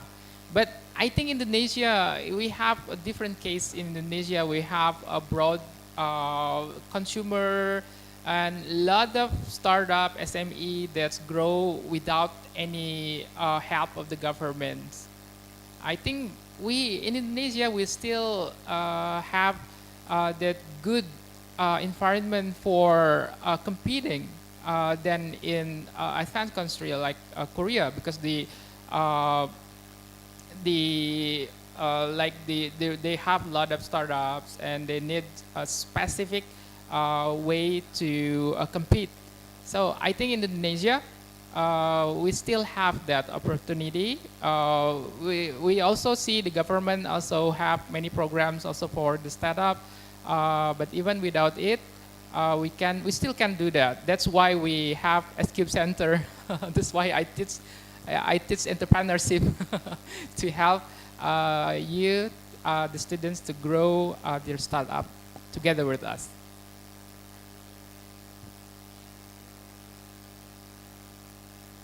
Okay, I totally agree with what Professor Agus just said, because I believe that there's a lot of room for new startups to start their business in Indonesia, especially in Lombok, because there are a lot of young generations here. And there are a lot of new opportunities to make money from. So like, for example, like platform services. So, and because it's not so competitive here, I think there's more opportunity and more need for new services and new startups. And if, in that case, I think it's okay to, the younger generation should take the startup business and even without the government funding. Yeah, I think so. We need to take opportunities of our demographic advantage. Yeah, we have a lot of young generations, and we need to be high-level country in 2045. Yeah, that's the vision. Okay, thank you. I think that's enough. And another question. Oh, yeah, that was- Okay, thank you for the opportunity. My name is Agna, and I want to ask a question to Miss Priscilla. At the beginning of the presentation, Miss Priscilla said that we need to keep in mind about the city Mataram along the presentation. So, from the presentations, we know that many countries have started to build sustainable smart city and green cities since long ago, and we can already see the impact in a large scale. So, while in Mataram, we haven't seen a lot of the usage, for example, electric car or motorcycles or smart planting and etc. I think that is because the society is didn't educated well about the importance of smart city, and the government also isn't taking a significant action towards the pollution and global warming problem. So my question is, when we already left behind from many cities in starting smart city, is it better to educate the whole society and raising the awareness first and executed the plan when all people have the attention towards these problems? Because remembering that most people or the society here in Mataram didn't have enough awareness about the development of technology? Or is it better by providing the facility first and spreading the awareness to the society at the same time? Because remembering that the society held a big role in order to gain the success in the smart city. Thank you. Thank you for your opinion / question. I just wanted to re-emphasize that each city, smart city or just early front runner, early smart cities have their own urban challenges like the city of Mataram, but also their own strength. And you said, for example, that there is not much public awareness about electric vehicles, and the city has not done much about that. But for example, do you drive? Do people have a culture of riding the bicycles to go to university, or how many people in this room right now have take the bicycles to go to the uni or go around the campus? How many people? Could you raise your hand if do you ride the bicycle or any other vehicles? So I guess is it a cultural thing in the case of Mataram? Or is it just because people? Personally, I haven't seen lots of students going to the university by using bicycle. So I think that it is not the culture that we applied here. So yes. Okay, well that could be then something. If there is not enough, for example, funding or support for technology such as electrical vehicles, it would be good then to try to promote awareness around maybe less technological modes of transportation like bicycles. That's what actually Europe is doing a lot. There is a lot of cities now that have no vehicles. They allow only pedestrians or cyclists in a lot of urban zones. That goes to kind of reduce carbon emissions or just kind of manage air pollution, but also just make the city more walkable. So they removed all motorbikes and cars. So that could be something that could be applied to Mataram if it was to increase public awareness. It doesn't have to be electrical vehicles. It can be bicycles as well. Yeah. Does it answer your question? I think yes. Thank you so much for answering.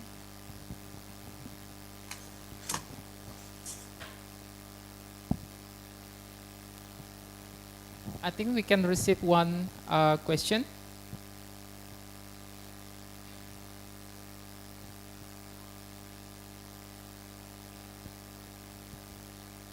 Yes. Yeah, one over here.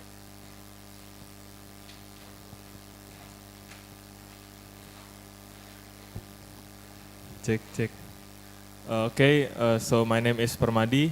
I want to ask to Miss Priscilla about smart city.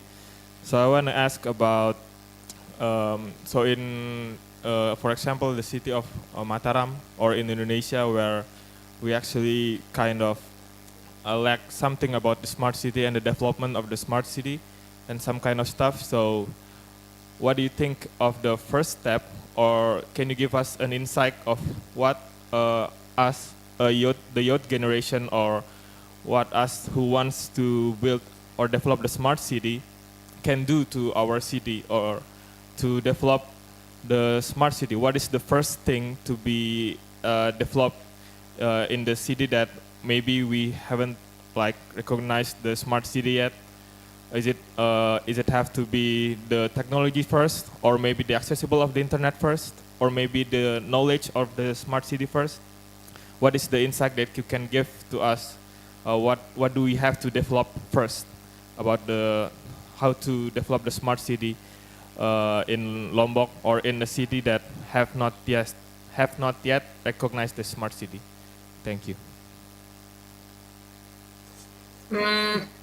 I don't know if I can really give you a clear answer on that one because it's very, there's a lot of different ways to approach that. But what I would do if I was a student and I wanted to, let's say, just upskill, like upgrade the city, that would be to just maybe go in your local maybe market or supermarket and just ask the people around, have surveys, ask the people around, the residents, and what's their current issues with the city, what's the biggest problem they have in their daily life, and kind of try to pinpoint the issue and then brainstorms among the students about what solutions you can, suggest. I think you should ask yourself what's the biggest issue really, and but not just to you, because you are a student at the University of Mataram. You can go and ask other communities in the city as well. And once you do that, brainstorm on the solutions, go ask around your peers as well, the senior scholars that you have, the resources you have. Ask them what they think will be the. That's what I would do first, trying to find out what's the problem and how we can resolve that. And according to the problem as well, when you pinpoint the problem, you can find solutions. It doesn't have to be technological per se, but a smart city without technology is not a smart city, So again, it's about doing research on the grounds. What you have, what you don't have, what you can bring. Yeah. If I may elaborate what Ms. Priscilla Ruiz actually mentioned as a your faculty member of IT management. Well, I think that the first thing as always, the smart city solution or project, whatever it is, you cannot ignore the concept of a public value, public infrastructure, and then city is not just only your private environment. It is actually, city was built for the public, for the society. So in order for you to move ahead, in which you can be scaled up from your students or innovation center or lab, first engage with the public and create a plan. The plan also may include feasibility study, what just, through the living lab or innovation center, so that you know what the problem is, or you know what the citizen wants for your society.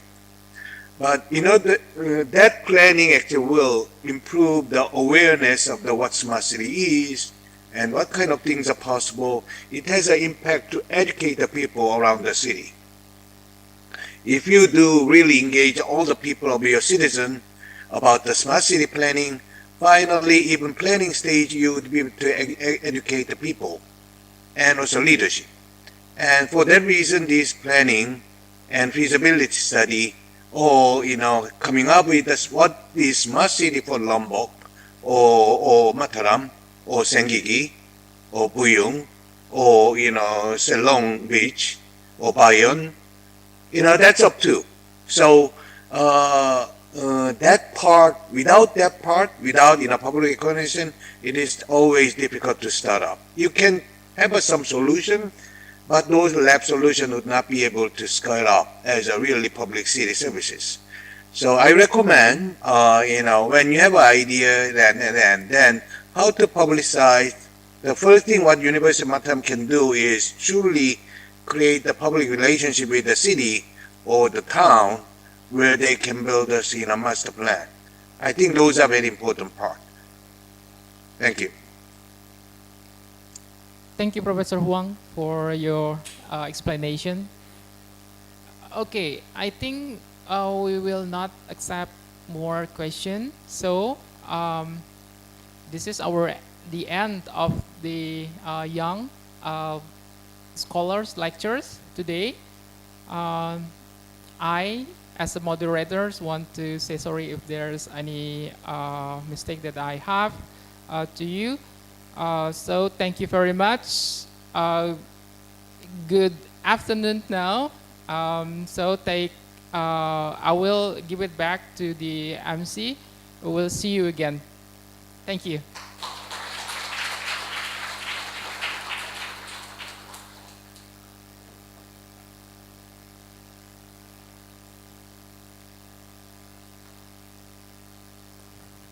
Check. Okay, thank you for the honorable moderator, Mr. Agus Arimbawa, for leading such a great panel sessions. Our next agenda will be the closing remarks from the Honorable Director of the Global R&DB Center, Professor Jun Sok Hwang. To the honorable mention, the stage is yours. Thank you, MC, and also thank you, Dr. Agus Arimbawa, for such a great session. Well, I think since I've been doing a lot of closing remark in this whole WINIT as a founder, I will not go too far. But as I share with some of you through Kakao, I want to recognize that as a new and have been doing a very important job to educate the people in the world. So you see the great scholar from Indonesia and Korea, from France, but all of them commonly educated as a PhD from our university. Definitely PhD is not an easy thing, and also in order for you to study PhD, it takes 4 years or more. Sometimes money you need is more than 0.1 million, which is USD dollar. That is the biggest money and investment in their life. But all of these PhD were very confident and take challenges and make themselves to be transformed from where they were living and become a new person as a newborn or young scholar. I feel that this education has such a miraculous power to change the people. Well, not many of you know my age, but my age is very similar to my brother, the Ida Widi, and I'm a little bit older than him, but that our biological age is not in there. I find that Ida is like a young scholar like you, 20 or 30, and his passion actually proves that what is happening. After Ida returned back after his PhD, first thing what he did is establishing the IT Master Program Department. I think those are not possible without strong leadership, but that proves that how much Ida and also Dr. Agus has a leadership in your University of Mataram. Same thing was happening actually 4 years ago in Ethiopia, where our former student of mine, Dr. Burku, actually returned.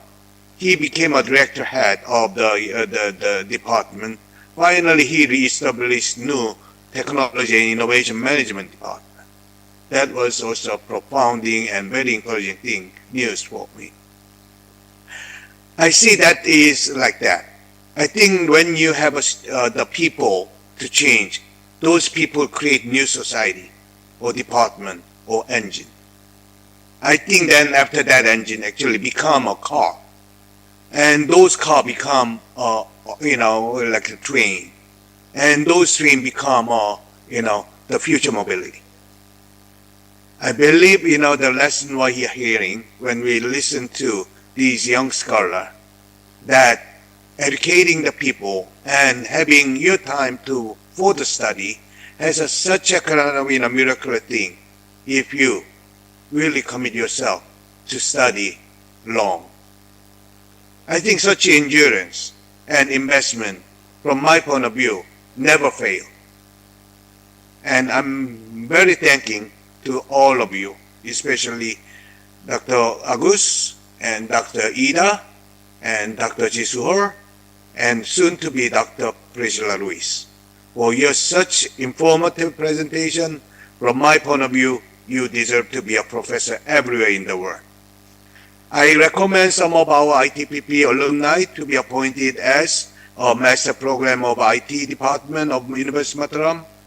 I'm planning to recommend some of our scholars to be appointed as SNU, also for, and also I want to recommend some of our, the alumni to be appointed a scholar or the professor in also Adama Science Technology University, where we have our also a PhD program.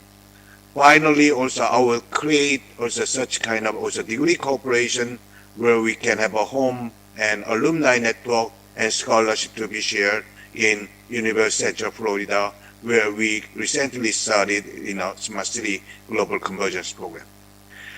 So I really thank you. I'll talk to you more about the scholarship and education in the afternoon, but I really thank everyone, for being with us in the morning. Hope you have a great lunch. I'll see you in an hour. Thank you.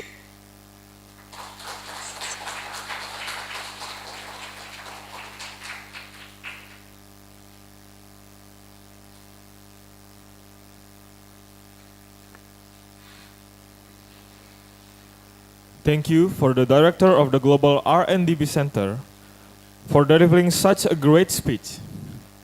Our last agenda for the morning session will be the group photo. To all the honorable guests and audience in the offline sessions, please have yourselves stand up and facing at the camera at the front stage. And to all the audience and honorable guests in the online session, please turn on the camera for our documentation.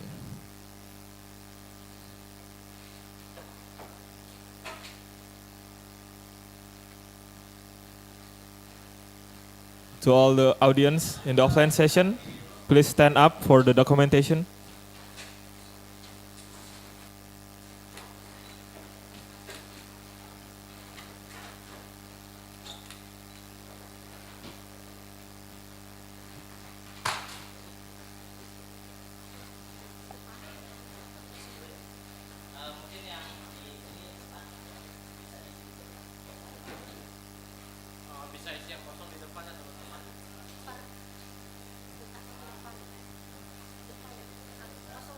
Untuk peserta yang di belakang, minta tolong depanan ya, isi yang di depannya.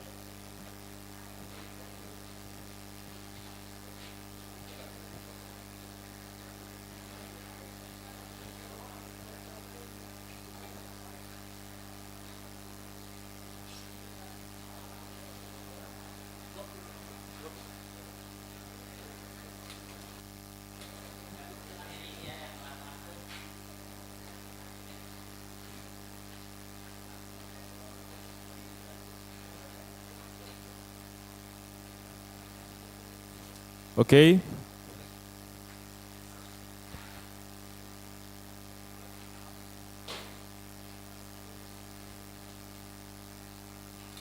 Have your best pose and smile, and we're gonna have the countdown in 3, 2, 1. Let's have one more time. In 3, 2, 1.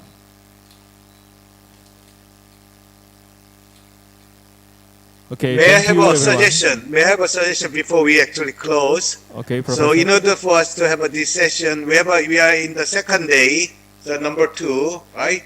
And also we are representing 24, right? So why don't we say 2-4? Okay, yeah.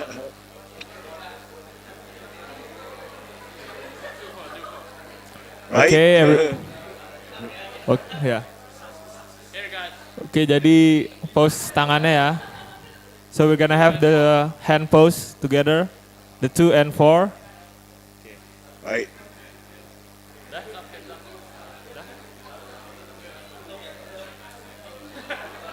Okay. Okay, we're going to begin the countdown in 3, 2, 1. Okay, one more time in 3, 2, 1. Okay, thank you. Thank you.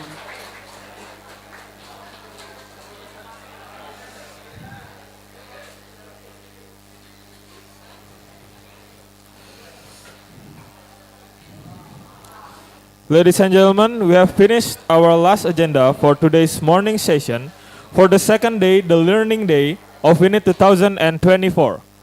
As a reminder, the afternoon session with the senior scholars of day 2, the learning day of WINIT 2024, will start at 1:10 p.m.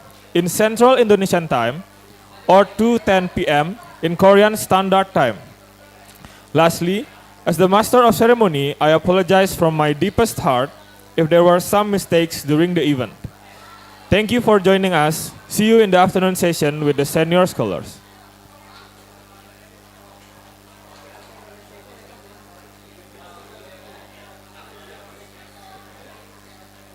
Untuk peserta bisa balik lagi nanti 13:10 ya. Teman-teman bisa minta tolong juga untuk diisi survei di sebelah sini. Silakan di-scan QR code-nya.